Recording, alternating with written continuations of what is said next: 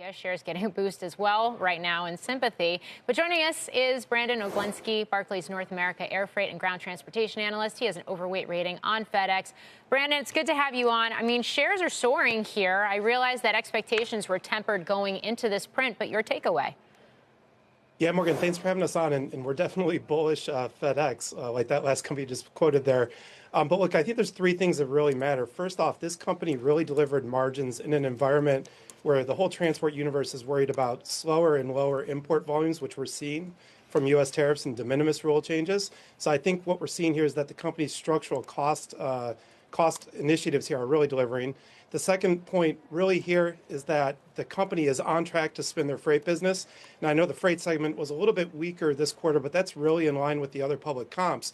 And importantly, it's delivering almost best-in-class profitability. So we think that the freight business is almost worth half the market cap of this company, if not more.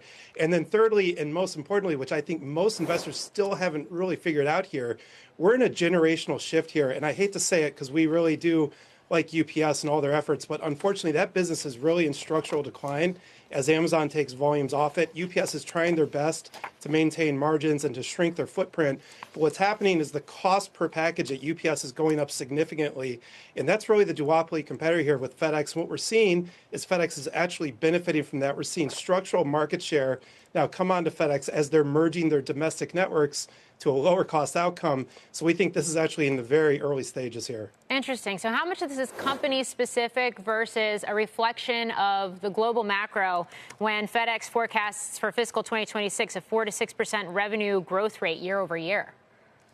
Yeah, I mean, I think the street was looking for something much lower. I know we were at like 2% growth going into this print. I think the street may be just a little bit above that. Morgan, I think a lot of this is really driven by domestic volume gains. That's where we were really surprised this quarter. And again, maybe not shocking given the challenges that's happening over at UPS. On the international side, they're definitely seeing some challenges with mix. Priority shipments were still down. So I think management will definitely talk about that and probably have a somber outlook for global trade. But nonetheless, here's a company that's actually guiding up top line. Now, I think some investors might debate that. We just had a good chat with one of the smarter transport investors saying, oh my gosh, they're guiding revenue above the street, but EPS kind of in line with consensus.